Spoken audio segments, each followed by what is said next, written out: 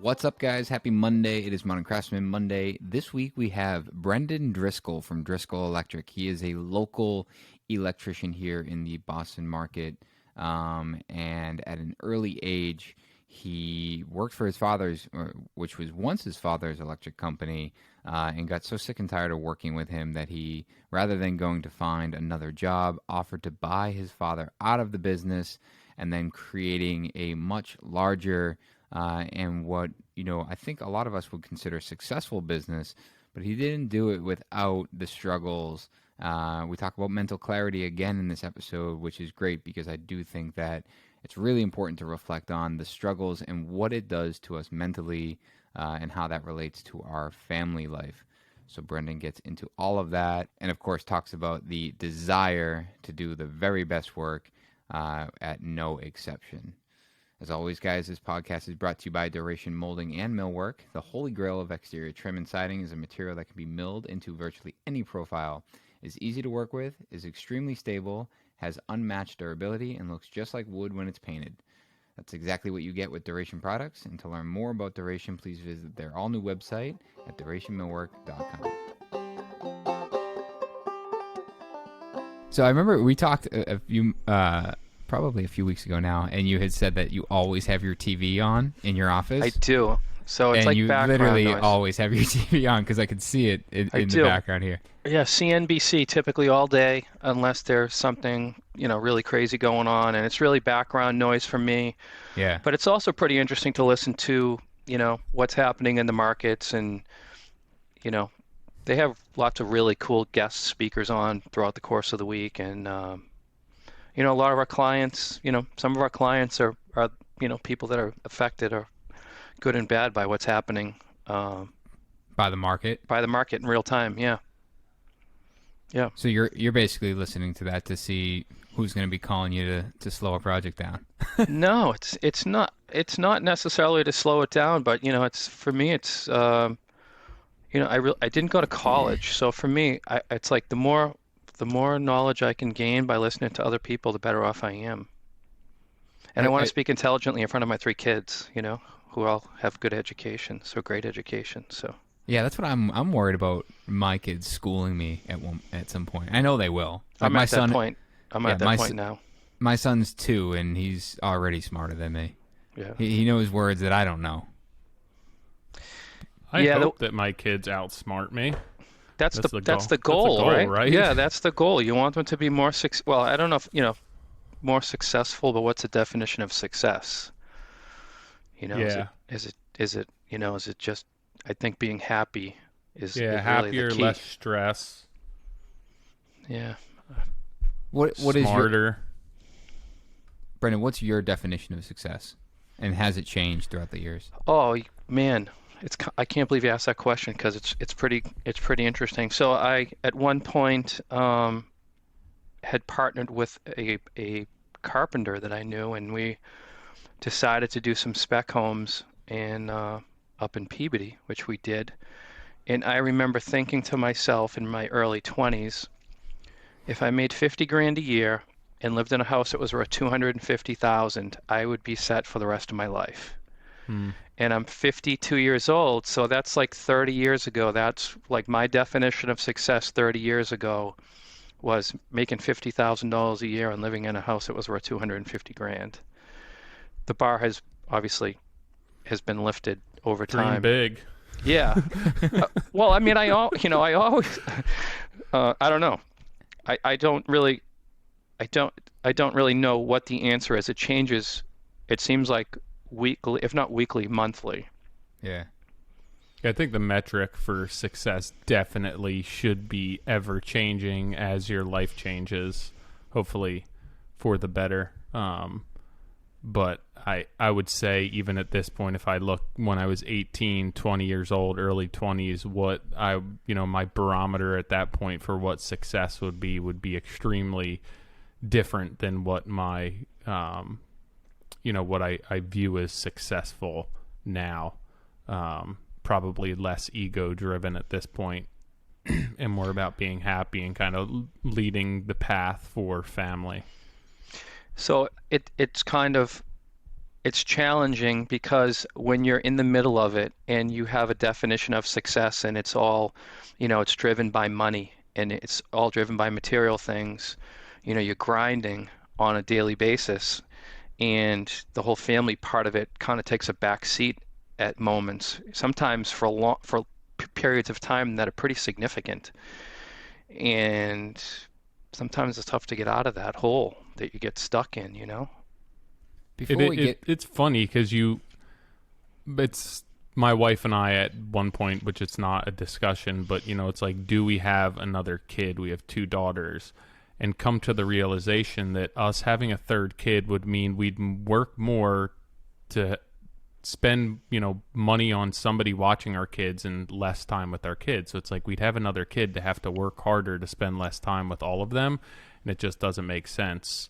Yeah. Where you're trying to find that balance between supporting the family, spending time with the family, being present, but making money is a very important part of life and business, and oftentimes those lines are blurred.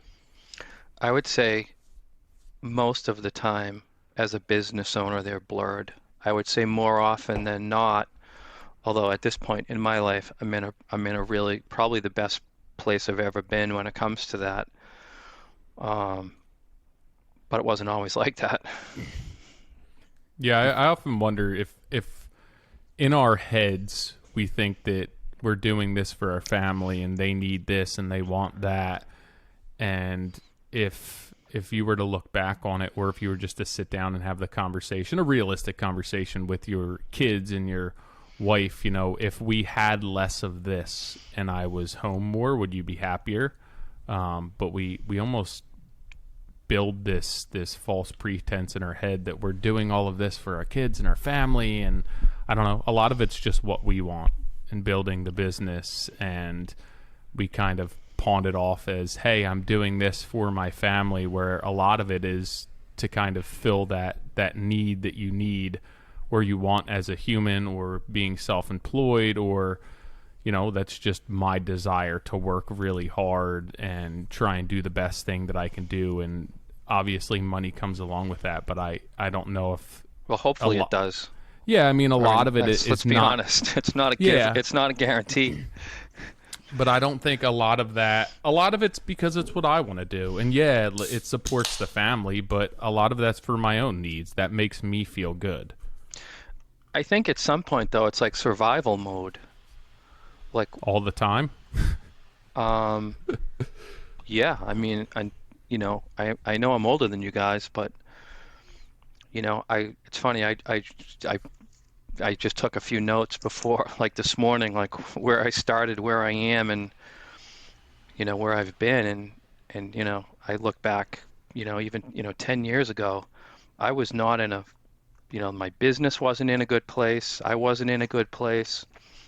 Fast forward to where we are today, which is great, but it wasn't, it can change too. I mean, look at what COVID has done to us. I'm really lucky that I've got great people that work with me and work, I should say with me. We could have easily just said, I can't handle this anymore, mentally with COVID, and just shut the doors and said, I'm going to move on and do something else. I mean, there were moments where it's like, what are we doing? Right.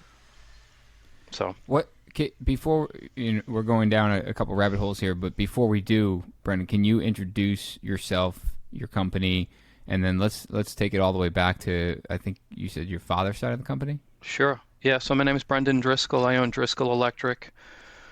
So we are an electrical contracting firm. I own an electrical contracting firm with an office in Medford and then another office in Mashpee on Cape Cod. Started working for my dad in high school. Graduated in 1980, went to Arlington Catholic here in Massachusetts. Graduated from high school in 1987. Went to work for him second I got out of school, full time. My mother and father were divorced, so I really enjoyed working with my hands, a sense of accomplishment. My mother, wanted me to go to college, so I applied to a bunch of colleges, got accepted, but I made a decision that I wasn't going to go to college. My dad was an alcoholic, and I was kind of like the glue that held his little business together. So, the good news is my dad has been sober since probably 91 or 92, so he's been sober forever, which is great. Um, Went to school, so worked for him. He had a couple of other guys working for him. Went to school to do my classwork. Got my journeyman electrician's license in June of 1990. Went right back to school. Got my master's license in 91. And by 1995, I had had enough of working for my dad. And I basically gave him an ultimatum. And I said, you tell me how much you want, and I'll buy you out, or I'm leaving, and I'm going to let our customers and, a couple of employees decide what they want to do, knowing full well that they would most likely come with me. So my dad and I came to terms in early 1995. Or actually, August 95 is when I found the paperwork today. That's how I know. But 150 grand, I paid him. I didn't have any money, so I paid him $1,000 a week every Friday for 3 years, and he continued to work for me as like a 1099 employee. So 1995, I owned the company. We got a couple of trucks. We grew the business over time. We're very lucky that we had, a couple of great customers that, one thing led to another, and the next thing you know, we're doing lots of restaurant work and wiring. We did way back when, my son's 24, so 22, 23 years ago, we were given an opportunity to do a huge house in Brookline for someone who continues to be a client. We've done, millions and millions and millions of dollars worth of work for this family. And it all worked out great. So from the outside looking at my business, it was awesome. We had all these great customers and all this great work, had a really great reputation, opened an office on the Cape in 2007. In 2008, we started what was the largest project at the time that we had ever done. It was a conversion of a 2 brownstones in Boston to make a 24,000 square foot plus or minus single family home in Back Bay. I feel like everyone heard about that project. Yeah, it was a great project. It was a great customer. So for us, Kafko Construction, we've worked with them since 95. Great project, great team, great owner. Really just a great project. He's not a bad hockey overall. player either. Who's that? Adam.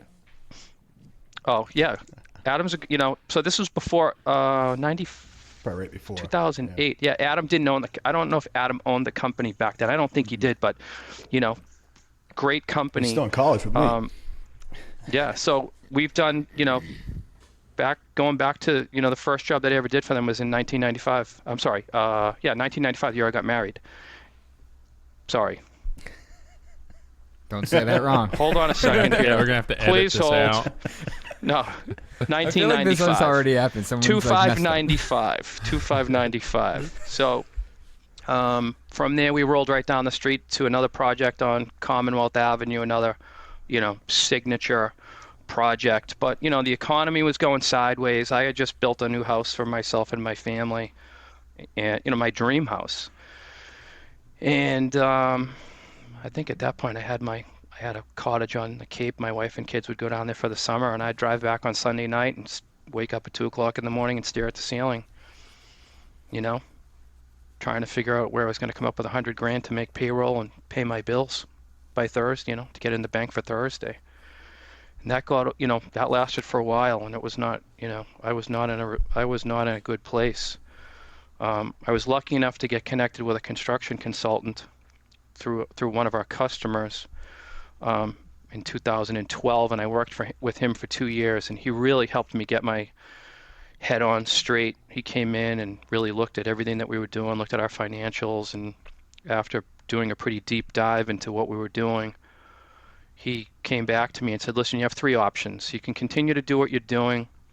There'll be a catastrophic event in your business, and you'll be done. A customer won't pay you, a job won't go well, you'll be finished. So that was door 1. Door 2, scale it back, change your lifestyle, which I really wasn't interested in doing. And door 3 was put systems in place and, be accountable and hold employees accountable and ramp it up. And I said, I'll take door number 3. So during that time, I actually sold my dream house. I sold it because it was too much. It was like an anchor weighing me down. And again, mentally, I wasn't in a good place. My relationship with my family wasn't what it should have been. And we put the systems in place and, expanded and hired a full-time controller who is now our CFO. That was a real game changer for us. Continued on to grow. Bought a piece of land on the Cape. So we owned a commercial condo on the Cape, a small, like 1,200 square foot commercial condo.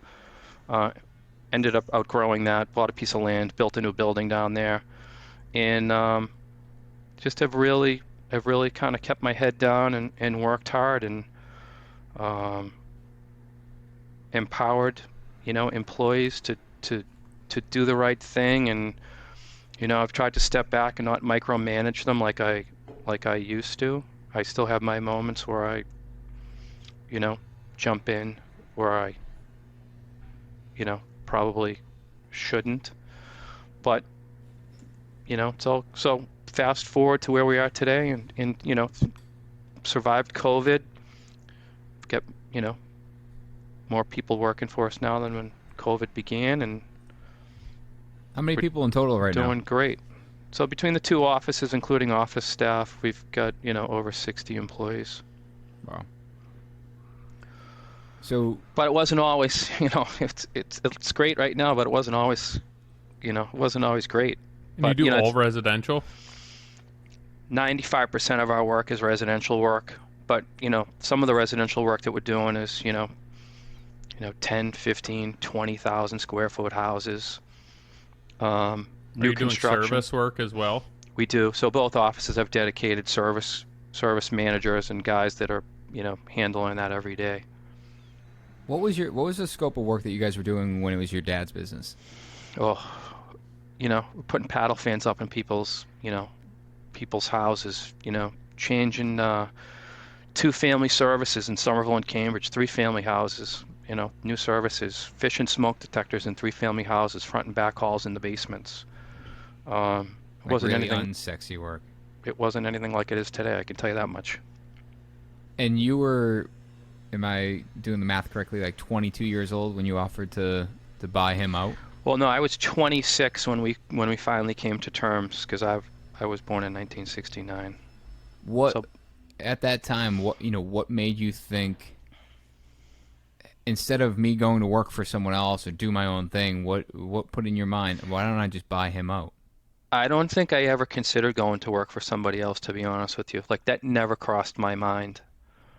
I've got a little OCD and ADHD, probably. And I loved the sense of accomplishment, hopping in. So in the beginning, I would hop in a truck and I'd work all day and I'd go back to the office and make phone calls and pay bills. And, my wife helped me out in the beginning. She worked in the office, and up until we had our second kid, she was in the office, and she was the glue that helped me hold it all together. That was after you acquired the business. Yeah. So our son, so she may have been helping out a little bit before that, but our son was born in 97, and then our first daughter was born in 98. So yeah, she was around there for probably 3 or 4 years. Used to work out of our house. We owned a house in Medford, worked out of our house, and we bought a small shop in Somerville. And then ultimately we moved to a much larger building here in Medford that we're outgrowing again. So between your wife holding the place together and then the consultants, like, what was the detour that kind of knocked you off the rails? I just don't think we had the systems in place. Like, if someone said to me, like, how did that project go? I would say, I would be like, I think that one went okay and this one didn't. And at the end of the year, we'd have piles of paperwork, and it's like, what are we doing here? there was no job cost. Job cost. I didn't know what that was until we brought a part-time controller in who really kind of helped get my, basically taught me what finance and accounting for construction is or was. And then, we had a part-time controller who was great. So my uncle Danny was one of the founders of Feely and Driscoll. So once upon a time, they were one of the go-to accounting firms in the city. Shawmut was one of their clients, lots of others. And he recommended a woman who came in and helped us. Two different people gave me this woman's name. So one day a month she would come in and help me kind of pull it all together. And then at one point she finally said, you know what, you've outgrown me. This is right around the time the consultant was working with us. And I said to her, Cindy, what do I do? I can't just put an ad in the newspaper. This is everything. Like, where do I begin? And she said, I used to work with someone. I trained someone to take over or to take my position at a previous company. And the company's winding down after, several generations, union general contracting firm. And, right place, right time for me. I was able to hire someone who at the time was our controller and is now our CFO. And that was really a game changer for me because I'm pretty fast and loose with money. If you handed me $1 million in cash right now, it wouldn't sit on my desk very long. I'd be, not that I would just go out and blow it, but I would be, our employees laugh. They say that, like, I love shiny things, like new trucks from me. Like, yeah, great. We need new vans. Yeah, I know we'll just go someone get like them. that. But now we have systems. Yeah, he conveniently disappears off the screen for a second, I think. But it's like an accountability thing for me. When it was just me, I would make decisions. I would solve one problem and I would create 4 others based on the decisions that I was making. And now we're in a pretty good place where that doesn't typically happen. We have discussions. Were you just under the assumption if you had work, you were making money? I don't necessarily know if that was an assumption, but I didn't have the systems in place, and it really wasn't what I was doing wasn't scalable. So I went from 2 or 3 employees working for my dad to a place where we had like 20 employees and, benefits and all that. I don't want to deal with that shit. HR, taxes, Sounds like horrible. what? Quarterly taxes and payroll and health care. And, now like that's if you really looked at our business, that portion of our business is like rock solid. There's like no confusion when it comes to that. Like PPP, if I still ran the business, we wouldn't have gotten any PPP because I wouldn't want to spend the time to focus on it. I think people underestimate that too. It's like, John, I know you and I have talked about like insurance cost, where it's like every year we do a little bit more work and it's like, man, we're raking it in this year. And it's like insurance adjusts. And it's like that literally all went to my insurance. Or we don't have time to then, when I'll give you combat it or find out if it's actually accurate. I'll give you an example. So at the time, our controller came to work for us. And one of the first things that she said or asked me was, is it okay if I go out and shop the insurance? Love her. So I had a relationship, right? So I had a relationship with someone, again, and we had grown, we had changed, we had evolved. And within like 2 or 3 weeks of her being here, I think the number was like $40,000 in savings. It's like, and it's funny, I laugh because I talk about this all the time, and I'm proud of the fact that we've kind of assembled this group or team, and it's great. But people are like, oh, I can't afford to have a controller. And I'm like, you can't afford to not have one. I mean, someone who's really, really looking out for the bottom line every day, all day long. Now, do you think you said right time, right place? It was totally shit luck. Yeah, but do you also think it was the fact that you were so open about talking about it that like this time's probably. Yeah, you get me? Like sometimes people put up this wall where it's like, no, I am running a good business. I'm solid. Yeah, well, Nick and I kind of talked about that at one point. So when I hired this controller came in, and we hired him. It was fee based initially, and then like the second year it was like success based. So he said, listen, if you implement these changes, this is the the financial feedback that you're going to recognize, and we paid him a portion of that success fee, which was a shitload of money, but it was like well worth it. We wouldn't be in business if I hadn't done that. This is the consultant? Yeah, Sorry. most likely. But it's like walking into a room, it's like stepping on stage with, I don't know, 1,000 people, 1,500 people. What the number doesn't matter, but like more than one person that you don't know, and like taking off all your clothes and just standing there, and like, people pointing at you. It's like it was very uncomfortable. Like even in the beginning, it's funny. I looked at some emails today from him, and so he's an older gentleman who's very well respected. I don't think he's doing any consulting at this point, because this was like 2012 to 2014. But at one point, I'm like, I don't have the money to pay this guy. Like, I think it's a good idea, but like I'm afraid to pull the trigger because I don't have the money to pay him. So we had sold our house, like sold what I used to consider was my dream house, which was like probably one of the biggest mistakes I've ever made. Sold it. We were renting a house so I could kind of get my head on straight and figure out what my next move was. And I'm like standing in the sun porch of this house that I'm renting, and he calls me because I'm like, I'm not returning his phone calls or his emails. I mean, we've all been there. It's like difficult discussion. I really don't want to have it with this guy right now, and answer the phone. And he's like, listen, here's the deal. Stop wasting my fucking time. You're in or you're out. You're not going to hurt my feelings if you tell me no.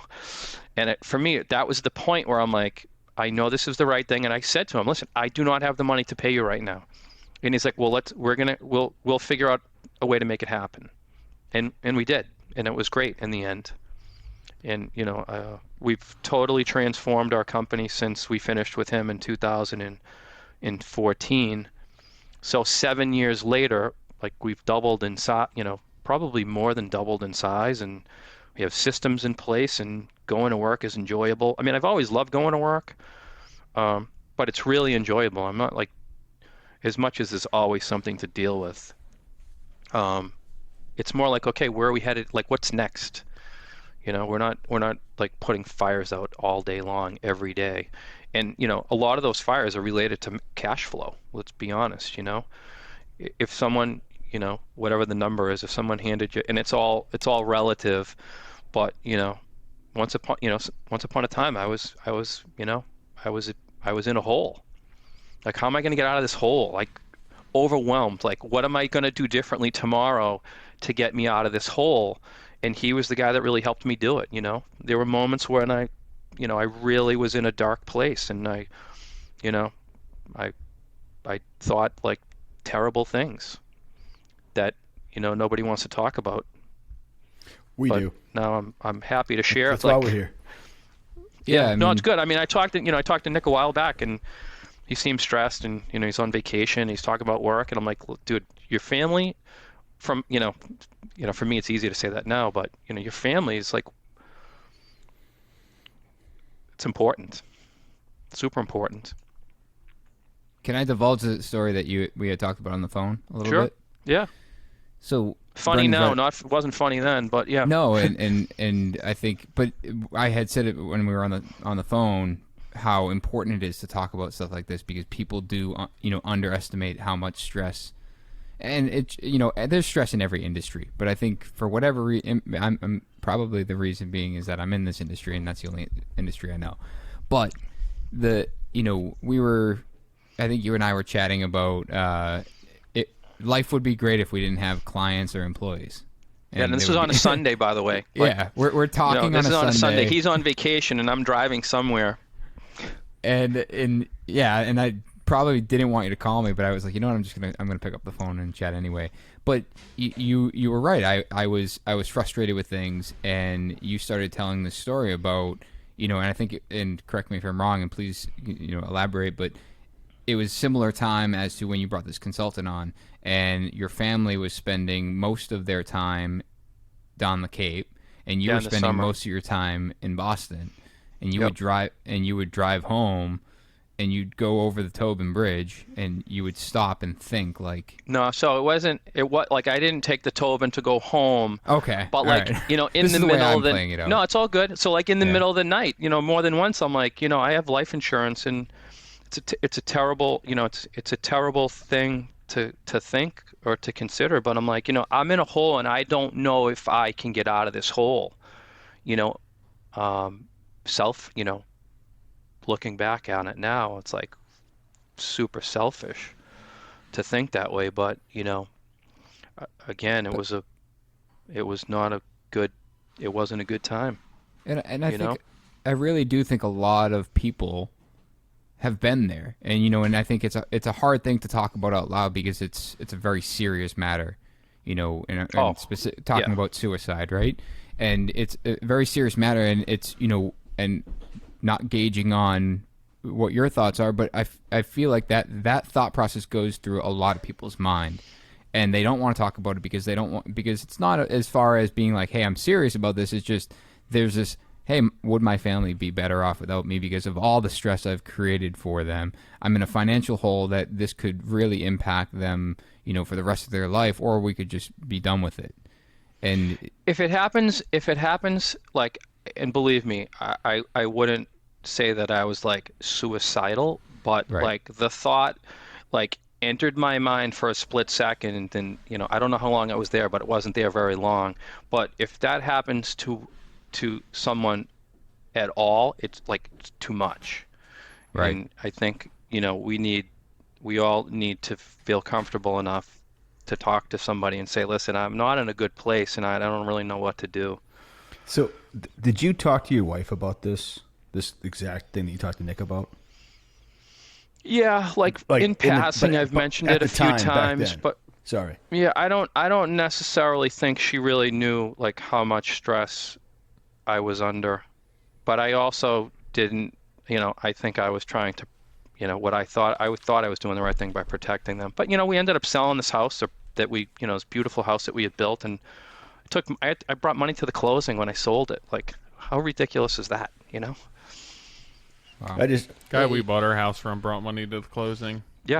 And you'd owned it for 30 years. Yeah, I mean, I didn't own mine. Quotes. I didn't own mine for 30 years, and I hope that never happens to me again. But it's just a very stressful time trying to, 3 kids. Like, how am I going to put them through college, and how am I going to make this? I'm supposed to be better than that. I've got what people think is this like super success or a successful, electrical contracting business.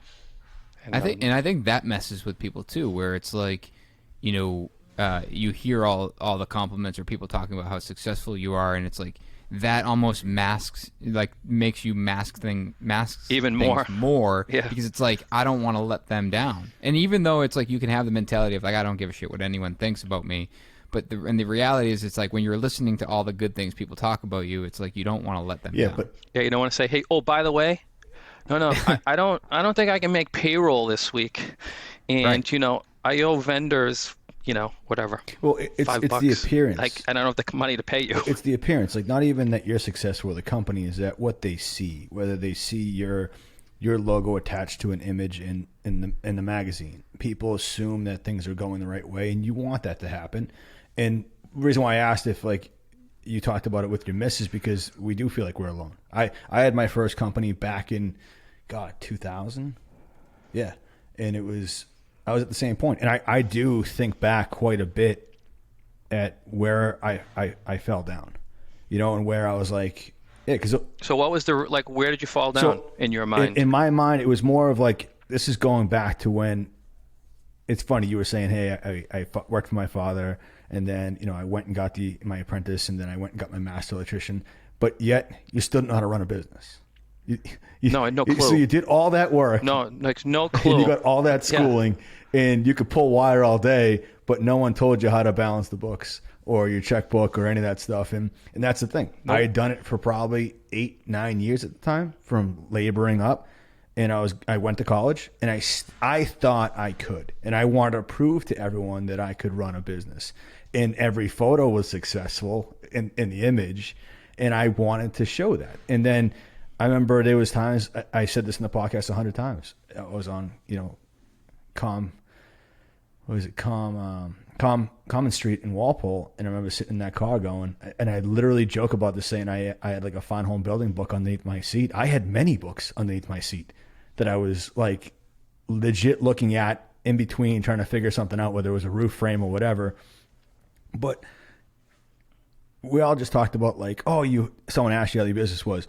Those aren't the moments you worry about. It's the moment when you drive home and it's 9 o'clock at night and they didn't pay you when you thought in every way possible that check was coming to you. Yeah. And then you drive home and that drive feels like an eternity. And those are the moments where you're like, what the fuck? What am I doing? Yeah. 100%. And then what am I doing? I remember that exact house. I did the tile for them.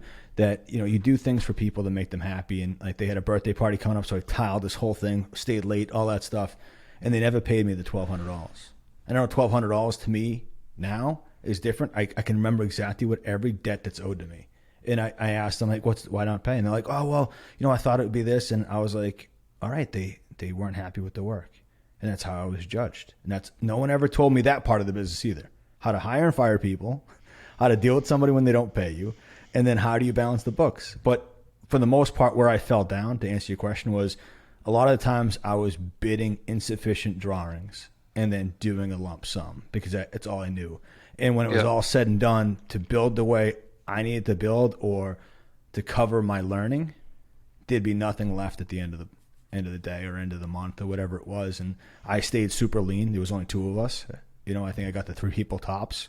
But you do, especially with lumber yards, and they price it out and they go, oh, it's more money, or we missed this, and you don't have that difficult conversation back with the client going, hey, I know I priced this out, but there's 10 grand missing. I would eat that on principle. Yeah. How many difficult conversations have you not had that you should have, like that you would have, if like knowing what you know today, like I would tell people like the things I've learned in the last 10 years, if I could go back to the very beginning, I'd be in a totally different planet right now. It's funny. I've said that. Totally different planet. And it's those moments when that person doesn't pay you and then you have subs that you have to pay and you have to make those calls. That's what I tried to harness. Nick, you and I have talked about this, is that, I'll go through every day and be that upbeat kind of guy, whatever it is. But when you owe someone money and you had promised them by the end of Friday you'd get paid and the client didn't pay for whatever reason, and you have to call those people back because they worked for you. You promised them, and you have to grit that and just have that conversation. You're like, all right, how do I harness that to have that conversation with the client? Yeah, as a sub, I mean, we're blessed, that we typically don't have any bad debt because I'm not going to say pretty selective. We're very selective with who we work for. But, as a sub, if someone owes me money, all I'm looking for is a phone call. Mm-hmm. Like, don't ignore me. Don't blow me off, because I'll tell you right now, it's like our relationship is going to be negatively impacted by your decision to reach out and be transparent and honest with me. Pretty simple.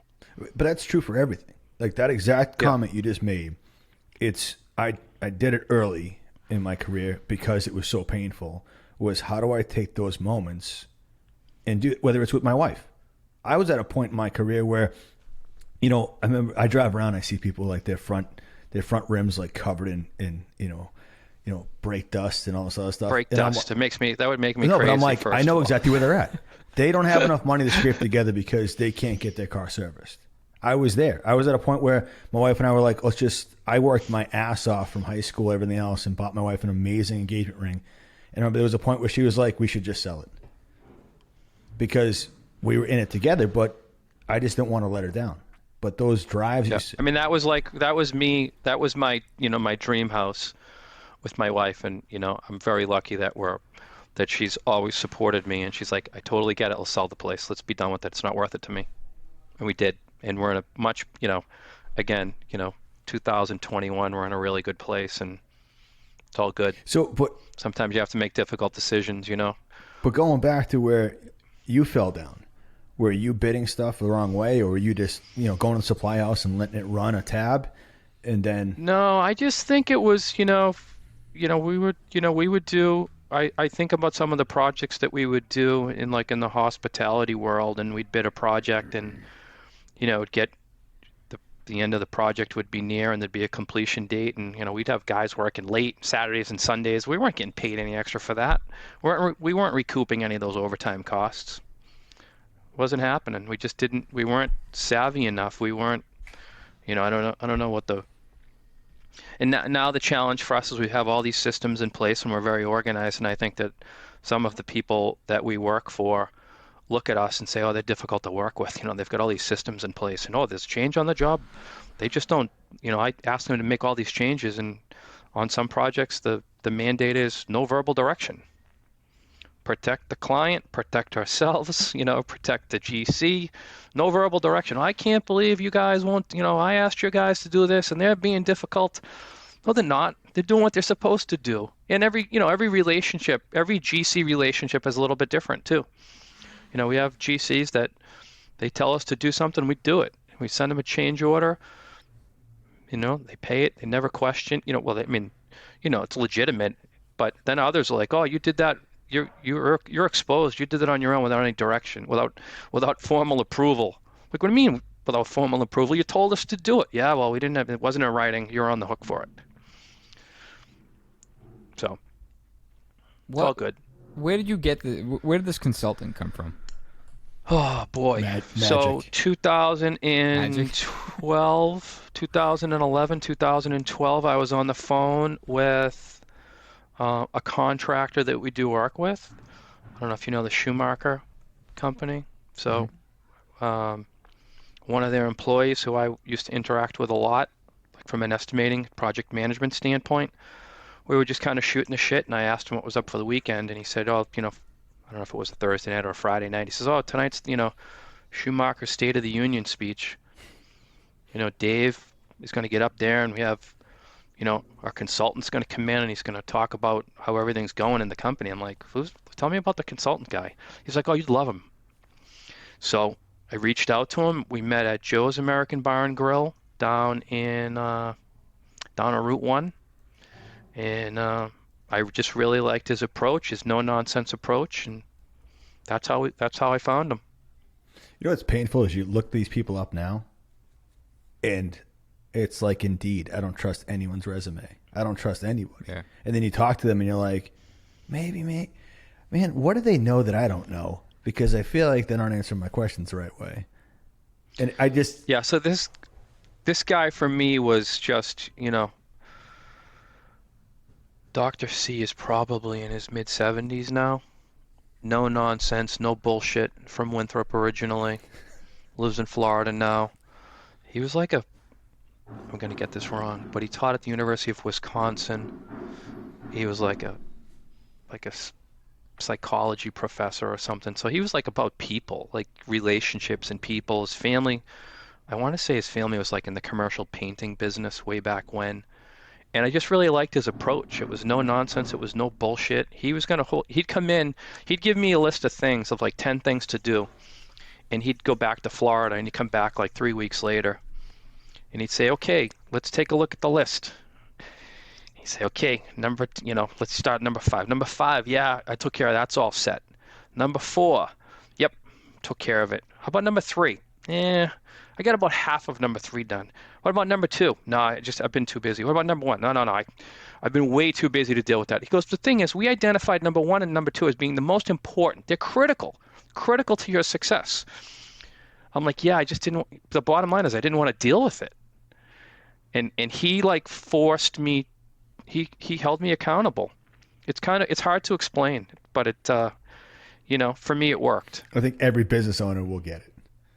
What you're saying right now. I think they'll all be like, for me, I'm there. It's like, well, then, that's way easier to do. I'm going to do that. I'm going to do that first. Well, Nick. Yeah. I mean, and then hiring people that can be complementary. So, there are things that, I don't like dealing with HR. I don't like the accounting side of it. And it's like one of the strongest parts of our business. At the end of today's June 1st, by next week, by June 8th, I'll have a financial closeout package for the month of May. And it will show me how every project did, or how it's doing. I mean, we have that information in real time, but projects that have been completed and how they finished, and service report cards for both office that tell us how many work orders were completed, what was the margin, how many parking tickets did we get in the city of Boston during the month of May, and who was driving the truck when we got them? How many hours did we work in service last month? How many work orders were written off? Why were they written off? Was it like goodwill? Was it warranty? Did we do something for one of my friends and maybe didn't send them an invoice for it? Like all those things are talked about. Once upon a time, I was like, yeah, I think the camera's backwards there. I think we did okay. No clue. Honestly, no clue. Or it's like, all right, who keeps driving to the service, the supply house at noon every day, or like 10 o'clock? I mean, we get that information. That information is available pretty much in real time. Home Depot invoices. We have an AP inbox in real time. Home Depot invoices show up. I'm like, okay, it's 1 o'clock in the afternoon. What job number is that for? It's it's a work order. Okay, so it's something that was needed, but like, we're going to buy like 632 screws at 1:30 in the afternoon for a project. I don't think so. Right. We need to have a discussion about that. And we don't yell and kick and scream like. Maybe we do, not as much as I used to, but maybe step back. Maybe we won't talk about it today. Maybe we'll wait till tomorrow. Wait till it happens again. No, don't wait till it happens again. I'm just saying that's what people do, though. Don't do that. You have to, and two's not so bad. Three is the same day. So your mental, talk to him. Yeah. So your mental clarity episode. So I made a list here of my. Mental clarity was good, but you guys kind of went off on the shingles and who paid for those and whose money is it, and how are they going to get returned. All of it. It's not always that simple. If you look at your company like a professional sports team, you can't have a team of all stars. It just doesn't work. You need some utility players. You need some players that could potentially be traded at any given moment. I need some bruises. I need some people that can go out there and just swing for the fences and just bloody knuckled. I don't need all stars. See, you do. You need a handful of all stars, though. But in different roles. I need the fourth liners in the Bruins. You just need people. See, we talk about like the Navy SEALs. That didn't go so well last night. I know. By the way.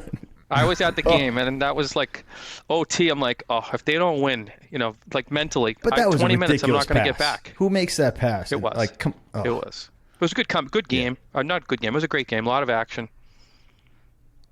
But Nick, going back to this comment we just said about doing the easy stuff, and that you read a book that you held up, and what's the line that you like from that book? I've been stewing on this all week. Focus on opportunity, not the problems. And I feel like you talked about that yesterday in your mental clarity episode. Yeah. I just feel like there needs to be more context to that one line. There is more context to it.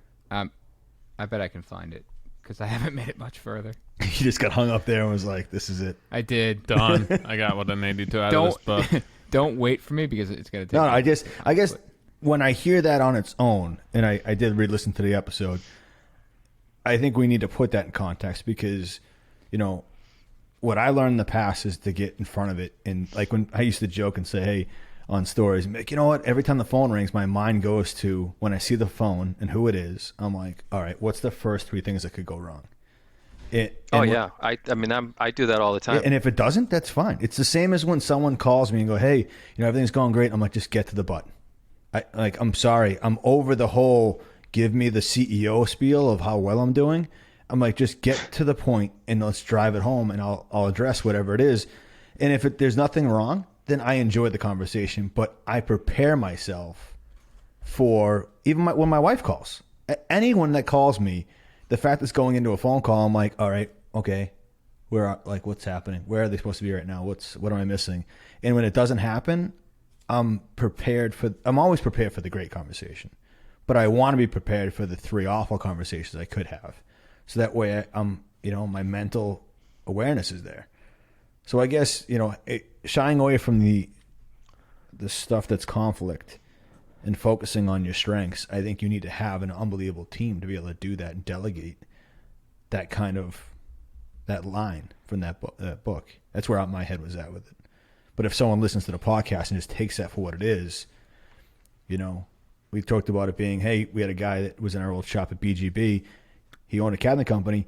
He'd be great at making sawdust. He wasn't good at the books, doing estimates and all that stuff. But when things got rough, guess where that sumbitch would be found? Making sawdust. Mm-hmm. But his company needed him in the office doing that stuff. Here we go. Perfect.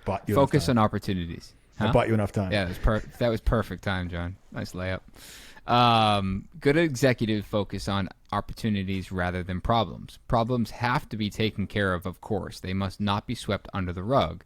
But problem solving, however necessary, does not produce results. It prevents damage. And exploiting opportunities produces results. Above all, effective executives treat change as an opportunity rather than a threat. They systematically look at changes inside and outside of the corporation and how can I exploit this change as an opportunity for enterprise. Specifically, executives scan these 7 situations for, and then it goes on to mention it. And the effective executive also makes sure that problems do not overwhelm opportunities. Because in most companies, the first page of the monthly management reports list problems, and it's far wiser to list opportunities on the first page and leave problems for the second page. Unless they are a true catastrophe, problems are not discussed in management meetings until opportunities have been analyzed and properly dealt with. I've got a headache listening to that. I thought you fell asleep. I'm not a great reader. But what's your definition of an opportunity? Like for me, I think, it first came up on a podcast because where it was coming from is that my mind, the space in my mind was so overwhelmed with, issues and problems, whether it's a client that's not paying or an issue with a project. And it was so overwhelming of my mindset that I couldn't focus on the fact that I have this awesome job that it needs my attention. And that's where I was relating it to is that, yes, that problem needs to be handled. But who's going to handle it, though? Like, if you don't have a team in place and it's like someone... It's not saying you have to walk away from it, but it shouldn't be this. It shouldn't be the only thing that you're thinking of, because what happens is everything else suffers. Where it's like if you dedicate the time necessary to resolve that problem, just talking about one person in this case, in my case, it's me. I'm still going to dedicate time to work through that issue, but I'm not going to then let it distract me from opportunities, because that's just a slippery slope to not getting anything done and focusing on trying to prevent damage. I mean, that's a lot harder than it sounds. I mean, that's of course difficult to execute. I mean, I think we've all had moments where, something happens on a Friday and that it can't get worked out until Monday or Tuesday or the following week, and your weekend is just completely ruined. You're waking up in the middle of the night thinking about it. I mean, that's happened to me a million times. I don't think it's getting away from it, but I think for me it was more about just like giving me the shake. Hey, this isn't the only thing that's really going on in your world at the moment. Yeah, it's like you're so wrapped up on the fact that if you want to play worst case scenario, this guy doesn't pay you. It's like, but you still get this other job that you've been working 12 months to get, and it's an amazing opportunity. And it's like you're gonna let that one guy ruin the fact that you have this other opportunity. That's the way I read it and the way I took it, and at least put me in a position where I started thinking a little bit more through each of these situations and realizing that they all I have to separate my time from them in order for me to keep moving forward. Otherwise you just kind of get stuck in the mud. Or you got to get rid of that hat, because as owners we do wear in the beginning way too many hats, and if that's not going to be something that you're good at delegating or dealing with, then like you found that consultant. I would we've outgrown our bookkeeper, and I've said that for probably 2 years, and I've delegated to Ben to find someone new, because the opportunities are coming fast and furious for this company. So how do you not like, funny when Nick, you say that, I'm like, how do I not jump on that opportunity, but how do I also not compound the conflict that I'm having right now by adding more things to the mix. Even though it's an opportunity, I don't want to then multiply it or not learn from it or then dilute my it's like someone having a laceration that's huge and going, all right, I'm gonna put one finger on it, but I'm still gonna type an email with my right hand. When it, they're gonna bleed out, and if I don't just put a tourniquet on it, don't focus on the fact that you're bleeding out. You got a client waiting for this awesome but job. what I'm saying, it's like they're without having someone else to go, hey, dude, Benny, grab that, take care of him. I'm gonna go meet with this person. It is a really, it sounds easy when you read it on paper. Totally. How often do you feel like your business life is not in balance right now? Every day. So is it because you're taking on too much work? My systems suck right now. Straight up. And I don't think that the people we have so I'm sure you've had this, is that the work we had in the beginning, we had qualified people. But now the work we have today, those same people haven't grown as fast as the work that we have has. I could handle that work. I'm not saying that with ego, but I can't do all those jobs. So it's like either you have to, I've said no to probably half a dozen jobs because they were great. They loved us, but we weren't ready to take on, we hadn't closed out the previous job to start the new one. So there was no way for us as a company to do it. And I wasn't going to take on more of that burden personally. Which is good. Which is because it's hard to say no. I mean, you guys talked about that in again, I keep going back to this mental clarity episode because it was like so many of the things that you touched on are things that I think we all deal with all the time. But saying no to people is like, nobody wants to disappoint, but sometimes you just have to say no. But there's that other part of it I was telling my wife is like, you also don't want to lose work. Because like I know the economy's crazy, but you also don't want to be like, well, that was a great client. If I say no to them, I'm gonna lead them on a little longer until whatever happens. Yeah, but your reputation is way more important. It's huge. You do a really what starts off as a great project for a great client, and you don't execute, and at the end it's like, if you really are honest with yourself, what should have been an A+ is a B-, and right. Is that really what the goal was when you started? If it was, great. But if you were expecting to deliver an A+ and didn't, it's not good. I feel like it always has to be an A+ because those products elevate you to the next level at this point in time, or you stay stagnant. Well, I mean, I don't know. I mean, I question kind of what we're doing a lot. We used to do a lot of work in the city and lots of restaurants, and I don't know. We've kind of morphed into or shifted and do it a little bit differently now. In what sense? And that we're really, if someone came to me and said, hey, I have this great restaurant project, I'd say I would most likely respectfully decline. Is that because of your systems, your personnel? It's probably a little bit of both. We've evolved. We have, some people that worked for us for a long time when we started, just they were reluctant and resistant to change, to positive, what I consider to be positive change for us as a company, and they're not here anymore. Just because someone is super qualified doesn't mean they should continue to work. There's more to it. It's, attitude, how they treat other employees, that kind of stuff. It's, John, we were talking, I think, last week about you were talking about getting a new project, and I had mentioned that a really respectful architect reached out for a project for us, and it was someone that we wanted to get on their radar. And I looked at it, and I was like, it's just not the scope that I want to be focused on. I'm really trying to hone our focus in for what I want this company to be. And, my immediate reaction was like, great architect, we can bang this out. We can, this is a great opportunity for us to get our foot in the door. And I sat on it for a couple days, and they reached back out and they said, hey, we want to set up a meeting with the homeowner,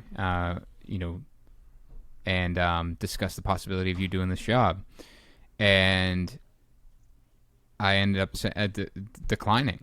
Yeah, and I said, I'm listen, confused that I didn't get a referral. I'm pretty sure my phone It's on all the time. There was four other builders. It looking wasn't at the right fit for you. And yeah, it wasn't. He knew that. Nick did. Nick, you should be thanking Nick instead of giving him a hard time.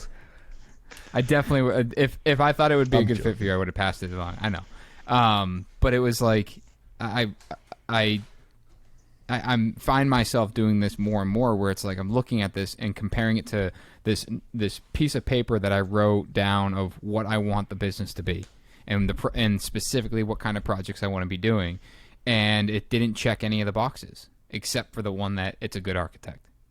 And it's like, but it didn't check any of the other boxes, and in the past I was fearful that if I said no, I'd never have another opportunity with that said architect. And when I replied and I explained why I didn't think this was a good fit for us, and yada yada, whether or not they meant it or not, it's like I respect that. They replied, "Hey, I really appreciate you being upfront and honest with us, and when we do have a project that seems like it's a better fit, then we'll definitely reach out." And again, who knows if that's true or not, but the fact of the matter is, it's I think the sooner that you can get to that thought process of deciding on what work you want to take, the better. And I do, John, it's a fair point. It's like, well, you don't want to say no to work and then need work. Well, I think that's in the background when we make these decisions, is that, it's like this little voice. It's always like, well, you don't want to be. But that probably comes back to having the systems in place. To Brendan's point, it's like you're not saying no because it just doesn't fit. You're saying no because you are measuring what you have for work coming in, and you have a good understand. You're getting these monthly reports, understanding exactly where you're at and what the capacity is, right? I mean, ideally, we're looking at all of that, and we're saying, who's going to be the form? When does the project start? Okay, how big is it? Who do we have available that's capable of running that work? Mm-hmm. And then once you identify that list of individuals, you look at it and say, well, Foreman A is going to be on this project that he's on for the next 18 months. He can't do it. B, you're at some point you just step back and you say, we don't have anybody that's capable of doing that project right now, based on the schedule. The right job at the right time for the right price. Hardest part is, but you do have to be careful, because if you say, it's an existing client, we might have a client, they ask us to look at a job, can't, in some cases, some of these people that we're working for, we stepped in, years ago when someone else said no, and someone got, we got our foot in the door, and now it's important to not let that happen. But sometimes you have to. Sometimes that's not a bad thing. We have customers more than once. We've had customers that have called us at the end of a project and say, "Hey, we're in trouble here. Can you come in and bail us out? The contractor that we hired isn't doing a great job. Can't staff the job properly. Client's ready to move in. We've got, dozens of complicated decorative fixtures that need to be installed, and they need to be installed like right away. Can you help us out?" We've done that many, many, many times. The hardest part is telling the return customers no. We try not, especially in service, we try not to do that. So, if someone called, unfortunately, if someone called us right now, and it typically happens on a daily basis, someone will call and say, "Hey, I live wherever, and I saw one of your trucks working next door, working around the corner, but Back Bay, Beacon Hill. I know I see your trucks in the neighborhood all the time, and I need A, B, and C done." We're gonna typically respectfully decline. If they call and say, our good friend recommended you, that's a little bit different. And then to expand even further, it might be a building where we have relationships in lots of buildings where the concierge or the folks in the management office gave me your number and said to call. Like, if we say no to that customer, they're going to pick up the telephone, they're going to call downstairs and say, "Yeah, the electrician that you gave me, they're too busy they're too busy, they can't help me." You got a building with 150 or 200 units in it, they're never going to call us again. So understanding where the lead came from or where the call came from is important. And also being, respectful enough to get back to them immediately, to let them know that unfortunately you can't help them, and you wish them the best of luck with the project. I mean, I think everybody deserves that. Are you ever passing on? Are you ever making any referrals for? Yeah. Never. I mean, I feel as if, that referral, especially in the residential world, a referral that doesn't go well is going to reflect On you. negatively on me. It's Yeah. funny. No, I was just gonna say that's like the most difficult thing. It's we have leads that come in that aren't the right fit now, or haven't been the right fit, and I sit here and they always ask who to call and recommend, and I have probably 2 or 3 people if it's the right size project that I recommend, but it's always in the back of my mind. It's like, man, if it doesn't go well, You're guilty by association. right. It's like, oh well, Nick recommended you guys, and you guys are doing a terrible job. So if he thinks you're good, it's like it's this back and forth, but it's at the same time, we've talked about it before, John. I don't know if this is what you're gonna get at. It's like you want to help them because you don't want them to end up in a shit situation. Yeah, I mean, it makes it easier for me to say no, and I don't.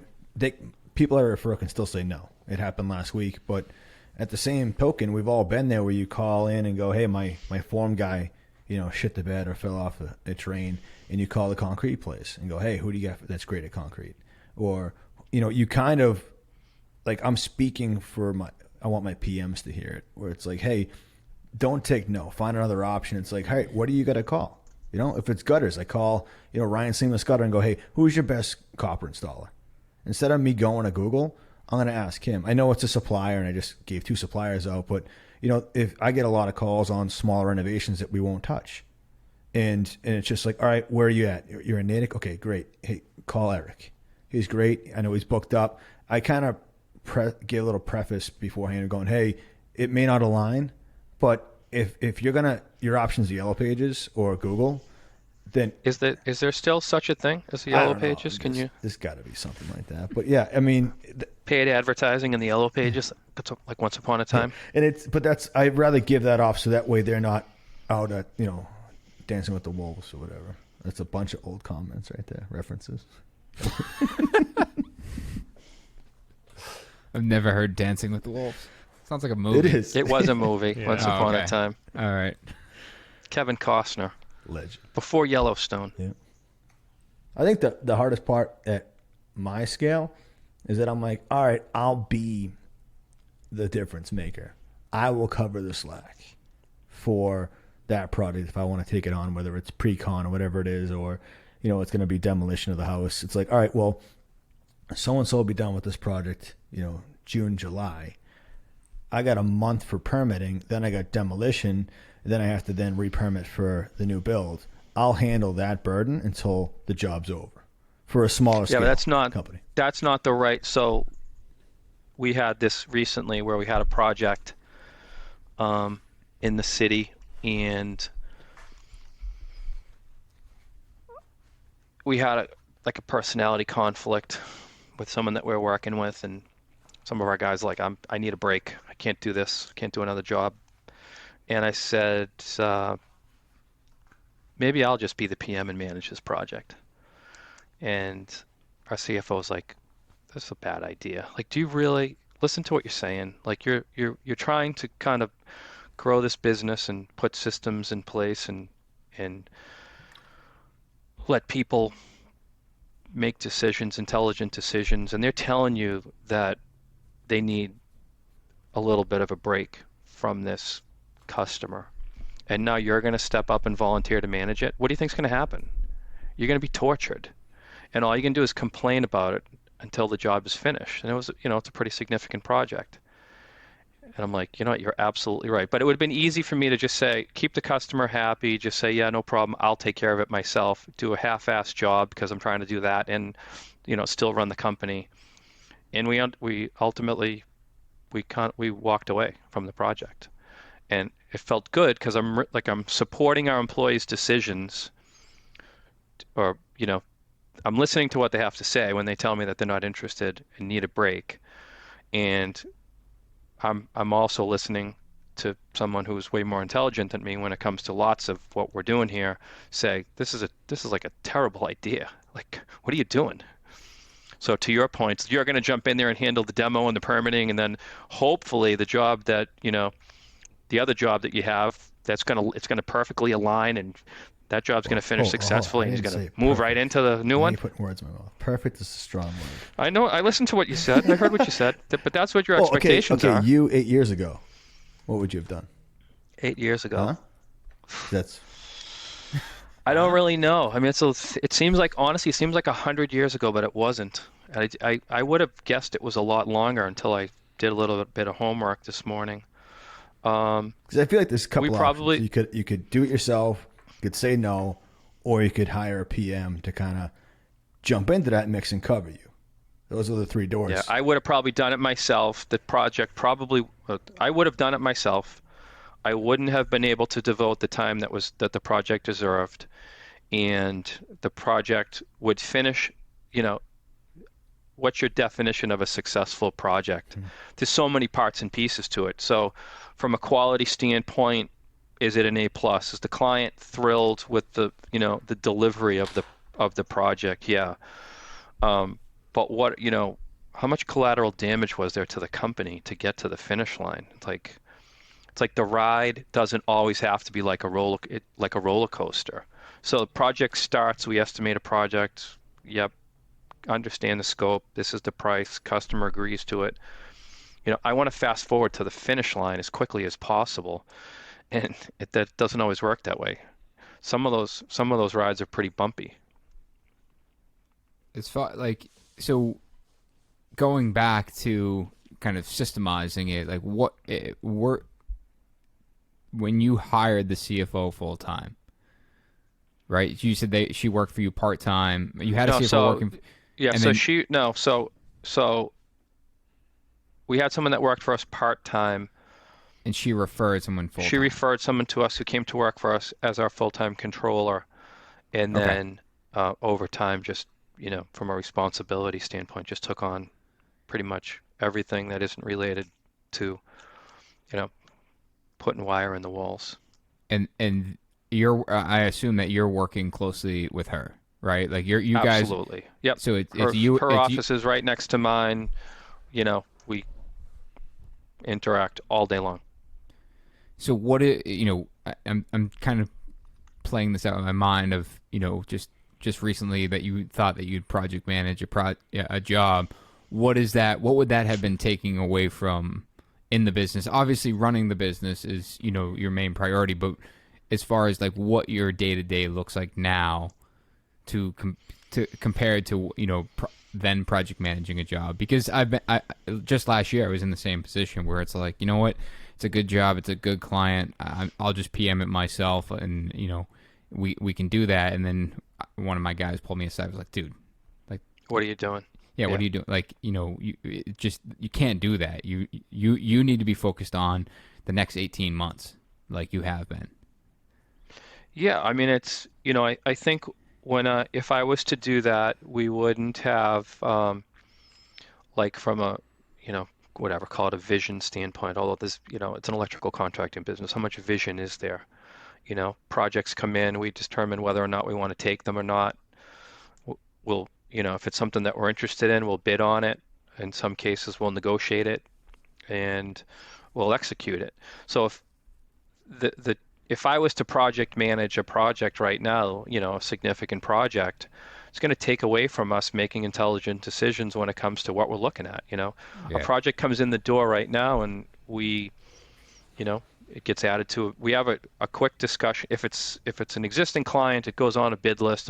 An estimate folder is created. We discuss the strategy regarding the project, the schedule, and we put a number to it ultimately, and send it out the door. And if I was busy managing, there are projects that come in, I'm like, timeout. We're doing a project for this client right now. it's not a good fit from a schedule standpoint. Everybody's got a different role. Our estimator's role is to win as many projects as he can, right? I'm not going to fault him for doing that, but sometimes I'm like, we're not bidding this job. What do you mean? What do you mean we're not? It's a great job. Like, no, it isn't. It's a cool project, but from a schedule standpoint, it's just not going to work for us. We are not going to be successful here. Something has to give. Is that a metric that you guys are measuring with the estimator? Is to win as many projects as he can? Not necessarily, but I think that's kind of his mindset. And again, mine is like the right job at the right time for the right price. So, and there were a handful of projects that we were looking at just prior to COVID that one pretty significant project in the city for an existing client, and I made a difficult decision to say no to it. And in the end, it worked out great. It all worked out fine because of COVID and delays and everything else. But once upon a time, I would go after everything. And there was a price to pay for that, and I think it was ultimately company profitability. Yeah, I guess that's what I was driving at was, when we talk in a high level conversation, people joke about it and go, "Oh, what are the latter?" In the truck managers talking about $200,000 management fees. They're like, "Oh, it must be nice." But at the same point, there's a lot of companies that are small scale that have to wear the hat of the estimator and that stuff. Where, like, when does it become clear? I know you had a. I don't think for me it was really ever clear, to be honest. I saw on your review someone commented about that, and I wasn't sure what episode it kind of went back to, but I don't know if it's ever truly clear. But I know for me, today, I feel like I'm in a really probably one of the the best place I've ever been, kind of mentally, business wise. And you have stretches where everything's going really well, and then all of a sudden it's like one thing after another. It's like just when you think you've seen it all and heard it all, it's like out of left field. It's like, wow. Whenever it's going well, I'm always looking for that punch in the face. Yeah, I mean, hopefully you can, there's a little bit of traction, and you can kind of you can string a handful of days, weeks, months together, but ultimately, there's always something out there that isn't going the way it's supposed to. But figuring that out, I don't always, but I say, like, every project has some level of dysfunction in it. And how do you figure that out? The faster you figure that out, the better off you're going to be, because then you can potentially, mitigate that and control it a little bit. We've all done projects. John and I met once upon a time, and we were on a project together for not a very. He was there for a cup of coffee, and unfortunately, I was there for the whole meal. Hey, but that was cool. Those lights were pretty cool. It came out awesome. It's a great project. I don't know if you've seen it after it's done. I'm allowed back in now, so yeah. That's good. Yeah. It's a spectacular project, but again, every project has some level of dysfunction, and figuring that out. Who is it? Is it the client? Is it the architect? Is it the interior designer? Is it other subcontractors? Is it us? Is it one of our employees? Is it a vendor that we're dealing with? So figuring that out as fast as you possibly can is key. It's funny to hear from your aspect or perspective, is because as the GC, I'm sure you can see it a lot clearer that it's always our fault for the most part, because it's like how do we schedule stuff? Not always. But I'm just saying from like 1,000-foot view. But from my point of view, it's like on that project exactly. I was like, all right, this is a different price point. Please. Well, to me, hey, I did well. The price point here is like I can put certain people in play that if I'm going to leave, the client's still in good hands. Knowing, there's a certain ratio of what you said is like, hey, what's going to go wrong here? Well, if I put you there, I know electrical's a huge monster of an issue there. It's like, who's going to be capable to handle that when the GC can't, when that burden doesn't fall on them? Same with Lombardi and their landscape crew. You put the right pieces in place, but so often on a project, the budget is the bad guy, so you have to then go with your second tier players. See, we're pretty lucky that doesn't happen to us very often. You're at. I mean, we're we're very lucky. But then the challenge for us is, we're only as good as our last project. So, we've got a bunch of guys working for us and not, we've got some guys that are, true rock stars. And then we've got, guys that are still have a lot to learn. And are we doing what we need to do to mentor them and provide them the support that they need? Or, guy gets a license, we throw him in a van, good luck. We've done that. Totally wrong. Like, what are we expecting is going to happen? The guy's just going to get it all figured out just because we put him in a nice new truck and gave him all the right tools? That's not how it works. But, again, we've been guilty of it. I don't know how you schedule stuff when you start a rough and then the GC or whatever can happen in so many months. And then you go, I'll be back in 4 months. Everyone's optimistic. And then you call them back up in 4 months and go, yeah, I'm not even close. But you had that in the schedule for so many people. So that's one of the things, especially on these larger projects, where if you have a very qualified individual that's working on a call it a mega project. So you have a schedule, and we have one now that we're doing that there have been some issues, and we've gone in and done, pretty significant piece of underground, and there's a bunch of issues on the project, and we'll get back in there at some point. But, we know who we want to run the project. So we have no idea when we're going back at this point. So, we're very hesitant to plug him into another mega project, because he's not going to be able to finish the one he already started. And, some GCs are much better than others when it comes to schedule. It seems to me, it doesn't seem to me, it is. Once upon a time, you went into a project, you put the service in, you did the rough, you got an inspection, hopefully you get the service turned on, or you're working off of a temp and you leave. And when it's time to do finish, you come in, you put the trims in, hang the decorative light fixtures, put the receptacles in, switches in, the paint's done, the millwork's finished, off you go. Now it's like we have projects we never leave. We start and we legitimately never leave the project. 12 months, 18 months. That's just because of complexity? Because of complexity. And when you do leave, obviously you want to get out of there so you can kind of keep labor in check, right? No one, typically you don't bid a project to say we're going to be there every day from the beginning of the rough until a month or two after we get a final inspection to do all the, decorative stuff that's coming in from wherever it's coming from. In some cases, you look at the numbers, and honestly, some of the numbers are ridiculous. You finish these jobs and you're like, did we really do that much work there? And we did.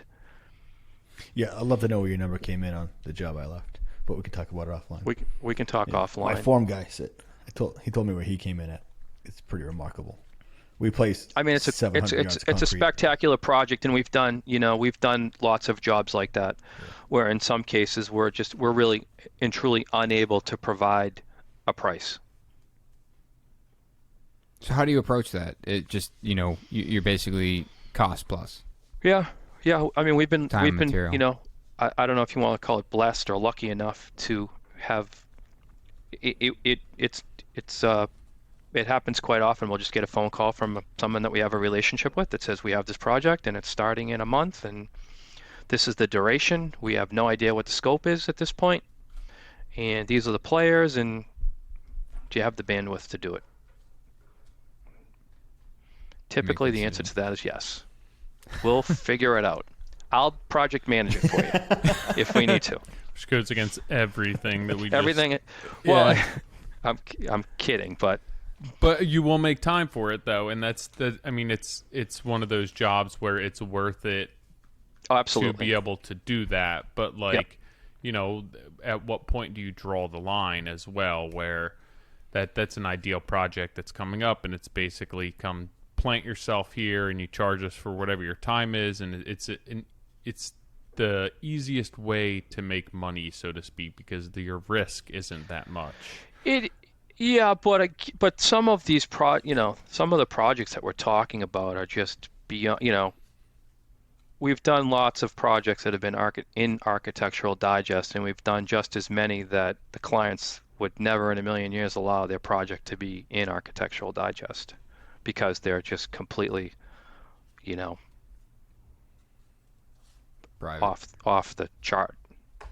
And in my mind, those are the really cool projects where you continue to have a relationship with that client years after the project is finished. In some cases, we've done, go back to our Brookline project in 1997, 99, 98, 99, where we still have a relationship with that client, and we've done tons and tons and tons of work for them. So, And it's always just been about the quality, never saying no and making sure the quality's always there. So that goes back to you said something a couple minutes ago that I wanted to retouch on, is that you taking notes over there? Like, what's your? No, I'm not taking notes. No? You're Right. I see you taking notes. I'm just drawing stuff. John takes notes. I have a Modern Craftsman. We have a live feed camera on his notebook. No, I'm just kidding. But you said as an electrical contractor, how can there be a vision for the company? And when you said that, I was like, that. I don't like. So people will say, well, why don't you diversify more? So they'll say, at some point there's going to be a slowdown, and there always is, right? So right now, I think we would all agree that there's more work out there than we know what to do with. But people will say, why don't you diversify? Why don't you do some public work? We used to do work. I used to do tons of work for Cambridge Housing Authority and a bunch of others. But how do you take a licensed electrician and send them to a project and just say, this is all about just bang it out, get it done, get in and get out. Quality is do it to code, but from a quality standpoint, no one really cares what it's going to look like after the drywall goes up. No one really cares what it looks like. To a project for, a wealthy, sophisticated client where it has anything less than an A+, you're only there for quality. So it's like a three-legged stool, price, quality, and schedule. And those all have to be in balance. If the schedule is absolutely ridiculous, it's going to cost more. If the expectation is that the quality is, kind of, again, ridiculous, it's going to cost more. And I think I've always wanted to be recognized as the most qualified subcontractor on every project. At the end of a project, if an award was going to be given out, I would want us to get it every single time. And the challenge, I think, for us at this point, based on what we're doing and how many projects we have underway at any given moment, we probably aren't successful every day. And we were doing a job for you, Nick, recently, and our guys were sent there late on a Friday, and I know they had a bad attitude, and they said a couple things, and it came back to us. It's like, that is totally unacceptable. Like, client only wants us there to do the right thing and show up with a great attitude and bang it out. Just because we sent you there at 2:00 on a Friday doesn't mean you have to bitch and complain to them. It should never happen. For the record, I don't know anything about Not that. okay. No, it wasn't really, it probably wasn't a big enough deal for you to know about it, but it's a big deal to me, Well, I guess that's what I'm getting at, is like, this is a vision for a company, and and I don't think I don't want people to diminish, being or not having a vision for anything. And if you want to be the best, service electrician for Cambridge Housing Authority, go for it. But there's you have set out to be a really quality driven electrician. And one of the things that you said, and we've talked about this with like CNC Electric from San Francisco, it's like his stuff looks good. And it's because it's well thought out before the board goes up. Everything is well thought out. It's really cleanly organized. It's and to me, it's one thing. John uses the reference as to, like, it should look good when you take a picture of it. Like, you should be proud of it. Before you put board up. But even furthermore, it's when you do go to service it or renovate or modify, like, it's really easy to understand because it's done so well and done so organized. I would also want another electrical contractor, and we've had this happen before, where another electrical contractor goes into a project that we may have done, years ago, and ultimately we'll get feedback from them like, wow, the place was mint, That to me, as much as making money is very important, but like the consultant was like, it's like a wheel, right? So lead comes in, you estimate the project, you're awarded the job, you order all the materials, you manage it, you perform all the work. At the very end, the expectation is the quality is there, but what's the so the last piece to that is the financial feedback. Like you could do stellar work, and if you're not making any money, it's gonna be game over pretty quickly. Yeah, and that's happened. I mean, let's be honest, it happens every day. There's been plenty of companies that you see their shiny trucks, and you're like, wow, they must be killing it. They've got all these trucks on the road, and all of a sudden, trucks you have nothing are gone. but shiny trucks. So, it's just a payment every month, my friend. That's all good. Looking at that's the only branding we do, by the way. We don't like advertise. We don't do any of that. The vans, you're saying? The vans, that's it, really. Yeah. So looking at, more traditionally, you talked about the projects that you just can't put a price on, but more traditionally, you are pricing work. So you have the side of estimating, where your estimators, you said his kind of mentality is to win as many projects as possible. Well, I don't want to put words in his mouth, but if he wants to win work to to prove his worth. I mean, that's what an estimator is supposed to do, right? Yeah. But I guess where I'm going with this is now the project manager you put on the job. How are you, what is that relationship between estimator and then the PM? In a perfect world, based on the structure that we're supposed to have in place, there's supposed to be a kickoff meeting where the project is reviewed, and the PM is supposed to have a clear understanding of the scope and the estimate, which is pretty simple, right? We're looking at its labor hours and material and fixture packages and that kind of stuff. And at that point, it's the project manager's job to run. And the estimator typically is done at that point. Where is the estimator getting this information? From this, reviewing a project after it's completed, or is the PM in, does the PM bless the estimate before it goes out, or? No, the PM so I will typically, depending on the size of the project, either I will review it, or the guy that runs our office on the Cape will also. So I estimate some projects. Guy who runs our office on the Cape does a bunch of his own estimating as well. Service managers do, they handle a bunch. But on the larger stuff, we'll have a discussion. We'll look at the language and the scope. We'll review the labor hours, and we'll look at he does a great job of looking at previous projects, square footage costs. Maybe it's we have relationships with GCs that they design their own projects and then they build them. It's all, if it's the same house just with a little bit of a different layout. Sure. We can review it, and we've been working hard to do a better job of, when we close out a project, to actually look at a bunch of different. It's very new to us. We should have been doing it a long time ago, but when a project finishes, we'll actually look at labor hours, estimated to actual.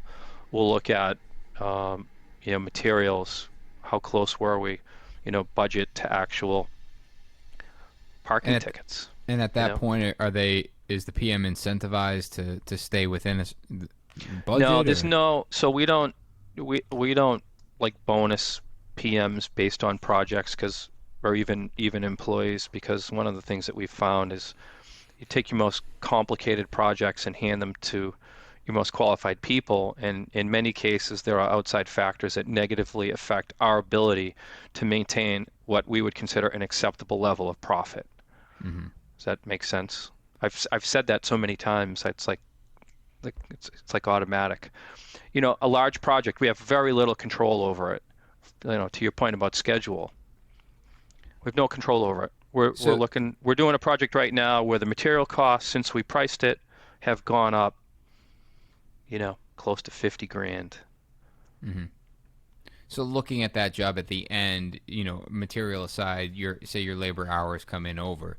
You're basically taking that as information to modify an estimate for a Correct. future project? We'll also, so that happens a lot. When a project goes sideways, it's almost always related to labor. Right. So we have a handful recently in both offices, and COVID obviously played a role.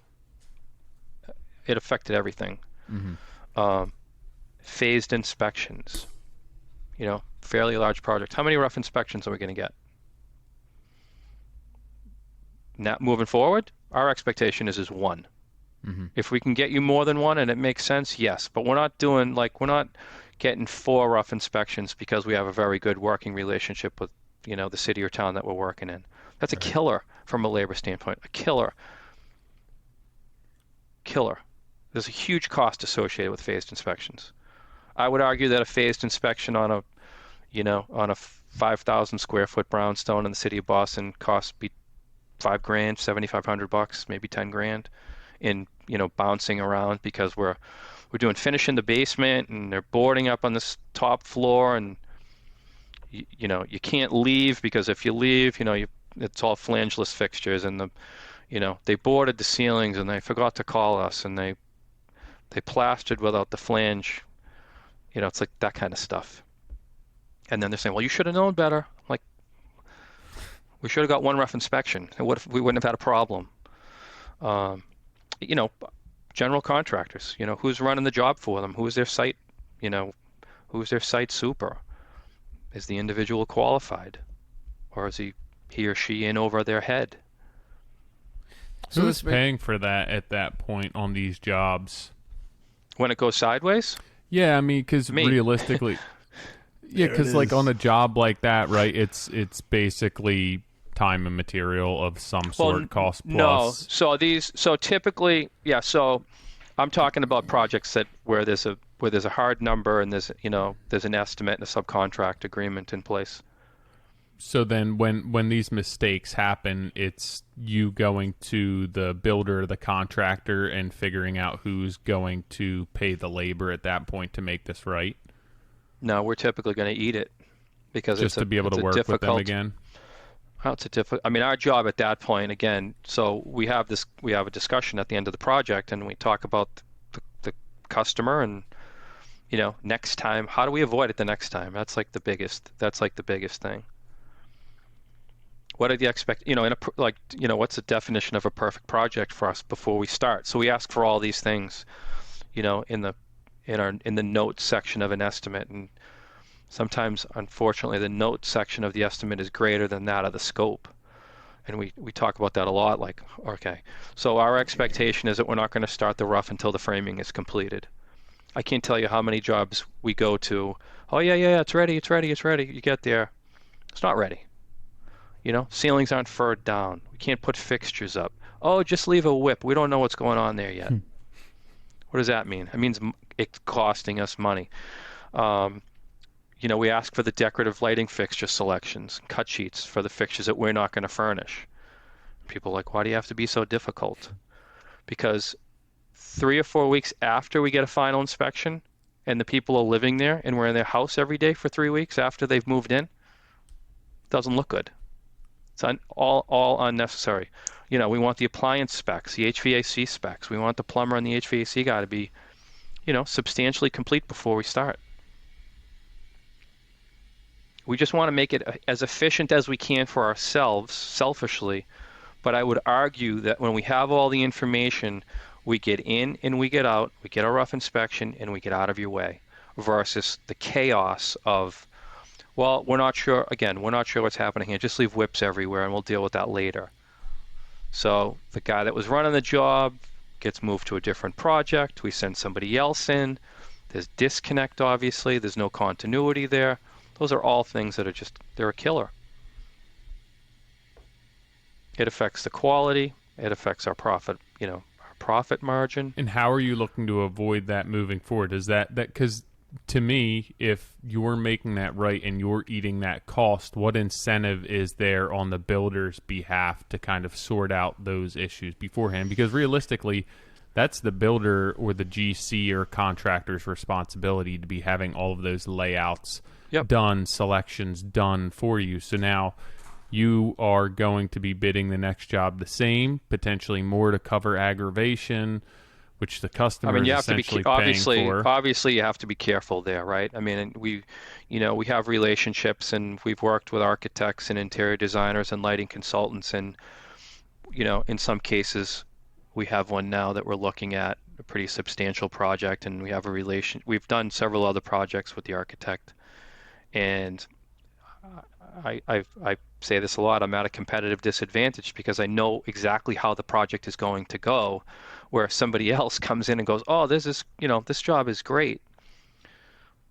Little do they know, they're not taking all those things into consideration. Sure. So And good or bad, So how are you, like you say, you're going to have this basically debrief after the job as to how to make those changes, other than just saying, hey, we're not starting until framing is completing. We're not starting until we have all the cut sheets. Yeah. And When then I your get, foot why do you down. guys have to be so difficult? Yeah, so there's So really not it's- that much that you can do. Well, I mean, there is. So we can have dialogue and we can explain why we're asking for that information. And I think, savvy builders and general contractors. Someone's screaming. Who is that? One of my daughters. Okay, Not I'm my looking kids. She's My kids pissed. aren't here. Yeah, was I mean, it's Ken. difficult. I think that if you gave me, a closeout document on a project that didn't go well, I could tell you exactly why it didn't go well. And it's typically because of all the things that I just mentioned. And then I could also look at projects that have gone really well, and I will tell you that it's because we had most, if not all, the information that we wanted, or when I say wanted, when it needed to do a great job. And the contractor that we're working for had someone running the project that understood the importance of those things and clearly communicated and worked hard and was an advocate to get the information. And I would argue that when we have projects that are very successful financially, most, if not all, of the subs on the project were successful financially. The general contractor is typically successful, and the client gets an A+ because everybody's working together and pulling in the same direction. I mean, we've all been on projects where, that's not my problem. Screw him. It's not good. It's not good. I think that's the GC's job to sniff that out when that's happening. There's no question, especially if I'm asking the questions and the GC isn't going to give it to us. But again, perception is reality. And if the perception is, oh, those guys at Driscoll are a pain in the ass to work with. They're like prima donnas. Believe me, it's out there. It's That's not I the know worst thing that- to have out there. No, I know, but I know that I'm looking at this from my own vision, but that's exactly what you want from an electrician, to want those things and demand those things from you from, a point in the project that's early on. And the fact that you would bitch up that the electrician wants more information from you so that you're not doing things 2-3 times or moving things or switching boxes, it kind of blows my mind that those builders on those level of jobs aren't looking to do that for you in the first place. And then when it's not available, you're a pain in the ass. I mean, I'm sure, we can be a pain in the ass. We've all had moments where we're so busy and, we're asking for all this information and like, oh, you don't have that information for us? We're not starting tomorrow. We'll see you, call us when you have the info. That's not right either. But if you were charging them, hey, we're going to charge you for every fixture that we have to relocate or everything that we have to change, I guarantee the outlook would be different. In some cases we do. And then, but then who's paying that? Like it's crazy because I'm sure that the contractor in some of those type of jobs, that's just getting put on top of the job cost, where now the customer's paying for that. And I'm sure it could trickle back to architect, lighting designer. Customer didn't make a decision, but just sorting those things out from the get-go would be saving so many headaches, so much money, and also nothing done the second and third time winds up as good. I don't care what you say. At that point, everyone's agree over completely. it. They're done with it. You're patching holes. You're opening stuff up. And, like, just to be able to take that time up front and do whatever you have to do, and you're slowing down to speed up and create a better final product. And if it's not happening at the level and the type of jobs that you're working on, it's like that's never going to get integrated into anything lower, because nobody's going to have their crap together in order to do that. It's kind of weird, like, plan, bid, plan, spec, bid world, the commercial world, where you get a set of drawings and you build it, and there's very little change, and the schedule typically doesn't move. We don't really see a lot of that. In our world, there's tons of change. Schedule, clients' desires come before schedule in most cases, and I sometimes struggle with looking at the amount of change on a project and say, did we deliver value here?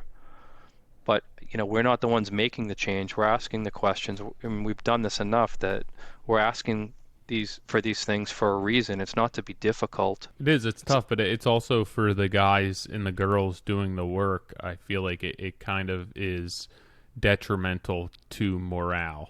Where absolutely. It's like, I took my time and I did this perfectly, and now I got to rip it out and redo it because somebody happens every day.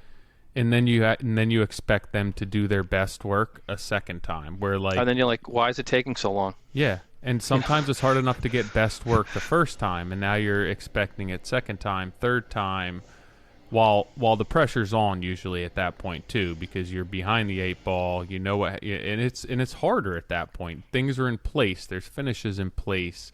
You're trying to selectively demo things. It's definitely not ideal. But it's even morale. Like, we've had a client where we had a room painted, then they wanted to paint the whole thing again. Like, I don't know, woke up the next day and was like, paint everything white. Sucks. So by the time I got there, I was like, why? You do the whole house in this extravagant different color scheme, and then the garage is all white? So I pulled the client aside and I go, hey, is this really what you want? Because I'm not going to come in here and paint it after all the furniture gets delivered and the pool table, and I'm going to work around all that stuff. And he's like, you know what would you do? I'm like, I'd paint it with the same kind of details that we have on the inside so it flows. So these painters painted this place for a third time.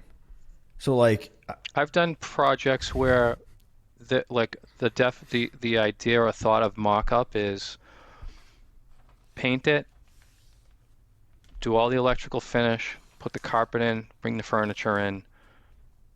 We don't like the paint. Like, that's the level of cuckoo. That's real time.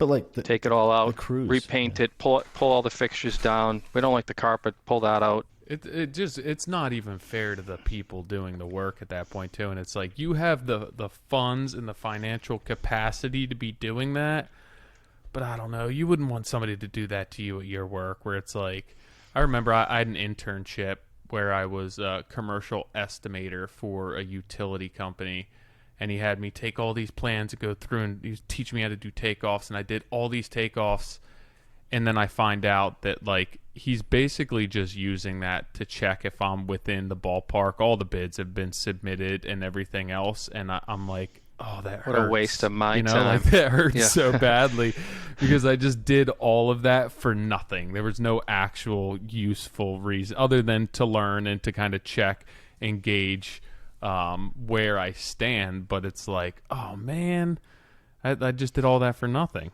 I mean, we've have projects all the time where we set our guys up and give them plans for the project, and they're well underway, and at some point they're on site and the foreman is looking at a set of drawings that are different from the ones that they gave us. It's like, do you think you might want to share those updated drawings with us so we don't have to, it's crazy. How many qualified people are you seeing that should be running jobs? Less than they're used to. Well, I would say, I would argue less than they're used to be. Is it diminishing every year from year? It seems to be. Yeah? Yeah, it seems to be. Even prior to people just being insanely busy. Yeah, I mean, I look back at some of the most successful projects that we've ever worked on, and uh, there just seems to be way too much chaos and confusion on these projects these days. Expectations. We had one a couple weeks ago where GC wants a final inspection, and project manager that's running the job for us goes out to the job to visit it and sends me all these pictures like on a Thursday. They want a final inspection the following Wednesday. And when I tell you the place isn't even close, it's not even close.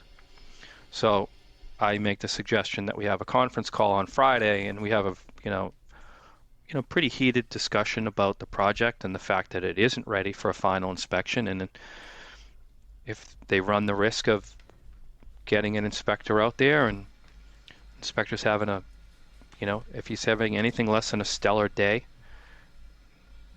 there's no way that the project is, and it shouldn't be. I mean, let's just back up. The project, we shouldn't be calling for a final inspection because the project isn't ready. And we outlined what at a minimum needed to be completed before we would consider calling for an inspection. And we had another site meeting on the following Tuesday, and they did everything that they said they were going to do. They worked like 24 hours a day, and they cleaned the site, and they got all the things that were really important completed so that we could do our work. But had we not had that call, that difficult discussion on Friday, they would have expected us to just call for an inspection and have the inspector show up in the middle of like a construction zone and just miraculously get a final inspection. Like there's a complete disconnect between what's right and like reality. But I like we'll get all the time, well, this project needs to be finished next Friday. Well, that's great, but there's no kitchen cabinets. Like, but that's what do you want me to tell you? That's an untrained eye managing a project. So you educated them in that conference call. These people are very intelligent. I feel like it's them pushing to see how much they can get away with. And like, I think we all do that, but at some point it's not okay. No, and you're wasting people's time, and you're basically calling in favors at that point because you have an inspector walking through who's giving you the benefit of the doubt. So you have a good working relationship with an inspector, and you're really, I mean, at some point it shouldn't be happening. No, because I've worked on projects with inspectors that I truly respect. The dishwasher isn't there. Before it was a cord and plug connected dishwasher, there'd be a whip under the dishwasher, and he's like, "Job's not done." He's right. It's not done. Get the dishwasher, put the dishwasher in, make sure there's a disconnect for the dishwasher, and call me when it's finished. I mean, if every project went like that today, it'd be great. It should. It'd be great. And so there's, a lot of times inspectors get a bad rap for hounding you. I've always found that if, you're on the up and up, you're not trying to get away with anything, that they will let little things like that slide. Hey, I know we've seen your work before. We worked with you before. Shoot me a text message of it installed with the disconnect. Sure. If that, totally cool. Yeah, it happens a lot. Yep. But then when you start pushing them, and now you're asking them to turn a blind eye to 4, 5, 6 things, and now you have that working relationship with them where you're putting them on the spot. Yep. And it comes down to now you're putting your relationship with that inspector that you may see on 3 other GC's jobs that you work with at jeopardy to try and help this GC get through so that he can get progress payment, or he can tell his customers that he's through final, or whatever he needs to do so nobody else is in the house, where it's putting you in an imposition, it's putting the inspector in an imposition. Yeah, I mean, all the things that most of the things that we've been talking about, it all comes down to communication. If we clearly communicate our expectations when we estimate a project, and before we start a project, there's no confusion. We either get what we ask for, or maybe we get most of it, which is typically okay. But when we get like less than half of it, I feel like we're in a position where we can push back a little bit and say, we're not going to start the project. these are projects that we've bid, but now imagine, you have the other types of projects where the client says, we want someone starting Monday and we don't have all the information and we want someone to be there for the duration. It's like, I don't know, of course we'll be there, but that's like selfish, right? Are we delivering value to the client? Which is, it's an important thing, and I guess that's why I asked however long ago, where this is the way that these jobs are getting ran, and whether it's because of inexperience on the PM, if it's insufficient design, or if it's just decisions aren't getting made, ultimately the customer, the contractor, the subs are paying for that to some extent. And it gets to the point where it's like, we should get rid of some of this fluff. Well, I mean, we'll get it's not uncommon for us to get a set of plans, and there might be no electrical information whatsoever, and someone will say, "Can you give us a price?" Sorry about that. I can give you a price. I didn't. But...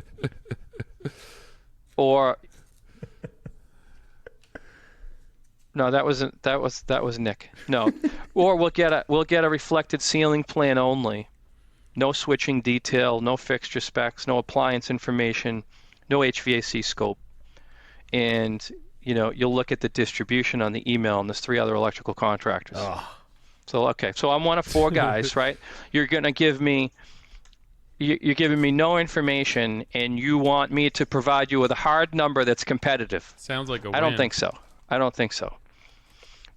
Sign me up. Did you email all the other guys back and be like, "Hey guys, I'm thinking 70"? No, what do you think? We just say when you have, more than happy to provide a number once you provide us with, A, B, C, D, E, F, and G. Yeah, but that was very high level, and it's over the phone. Like, you're not expecting me to provide a 4-page Word document outlining what I think should go into a house when there's 3 other guys looking at the same thing.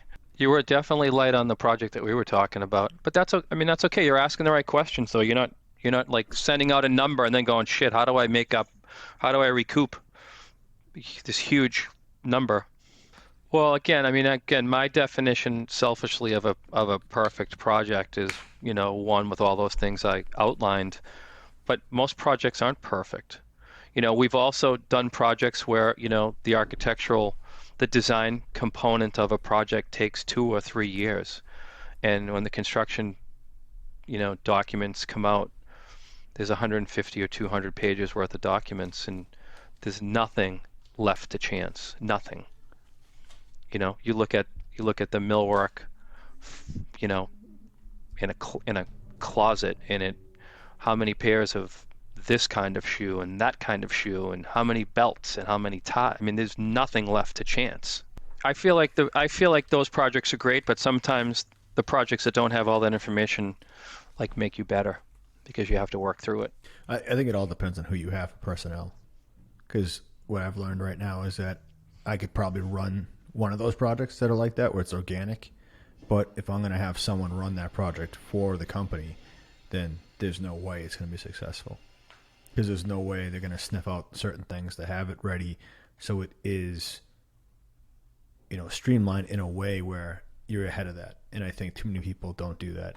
Too many GCs are literally waiting for that person. They're going to call the electrician, call the plumber to show up, and that person's wasting their time. From me. I can't tell you how many. We had one not too long ago call for final inspection on a project that probably shouldn't have had one. And we come out, and there's a detached garage, and there's electrical in the garage, and there's a sub panel and all kinds of other mechanicals, and they're putting the epoxy floor down on the garage on the day they knew the electrical inspector was showing up. Well, what do you want me to do about it? Well, you're not signing the card, I'll tell you that much.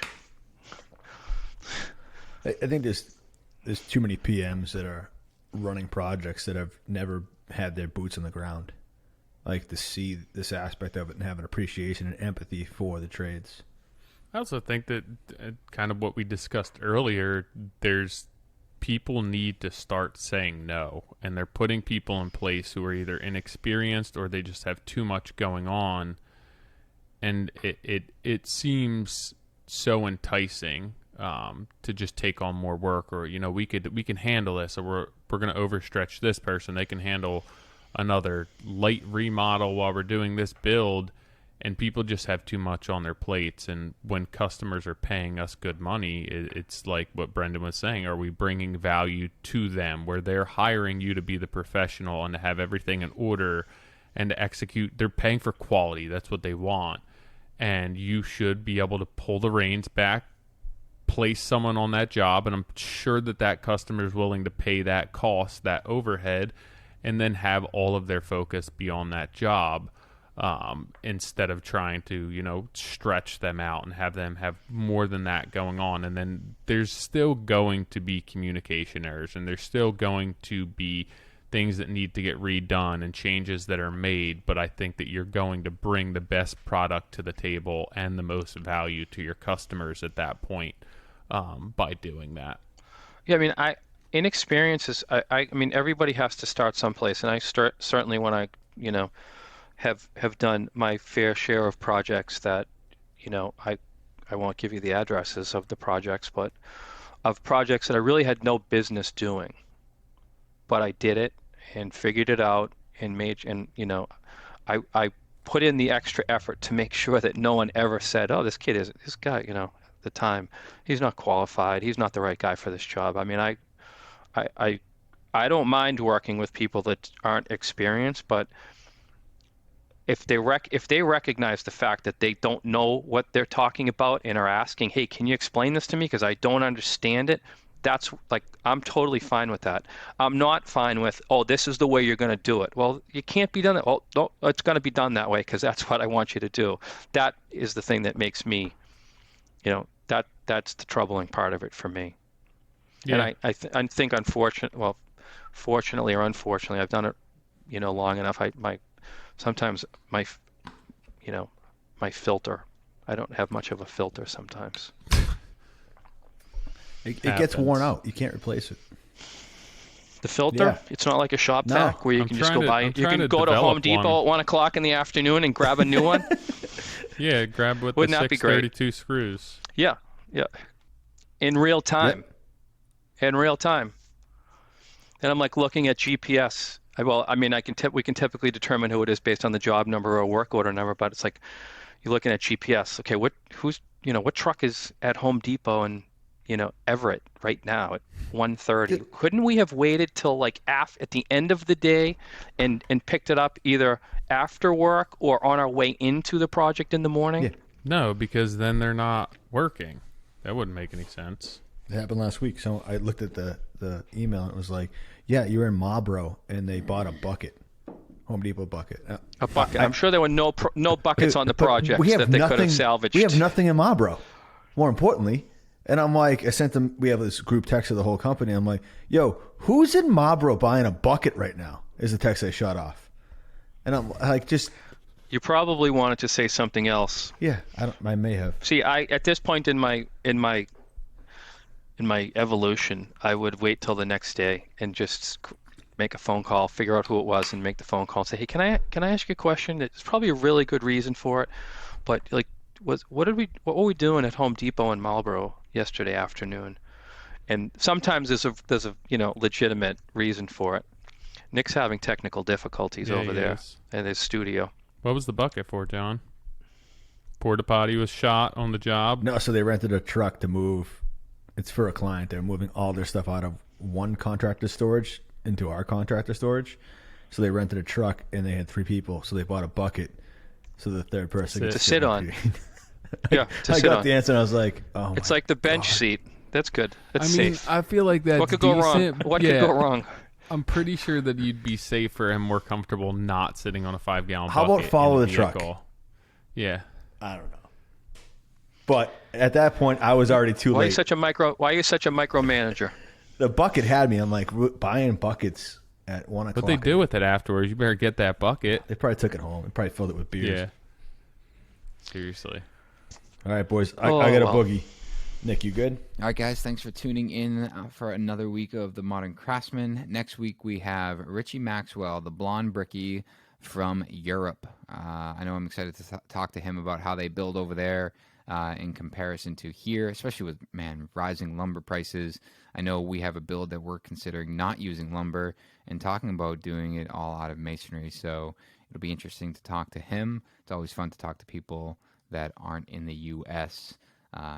You guys know where to find us on Instagram. There's a link in our profile if you want to give us some constructive feedback or have a future guest suggestion. And if you think we're doing a good job, keep us in that #1 spot on iTunes and drop us a 5-star review. And make sure you leave a comment on there so we can take a look at it. You know, we always like to pop in there, and every so often we'll read a couple of them on air. As always, guys, brought to you by Duration Moulding and Millwork. If you're tired of using plastic and fiber cement on your builds, you're not alone. Explore all the tremendous benefits Duration Poly Ash products bring to the table and see why users say it checks all the boxes. To learn more about Duration Poly Ash products, please visit their website at durationmillwork.com.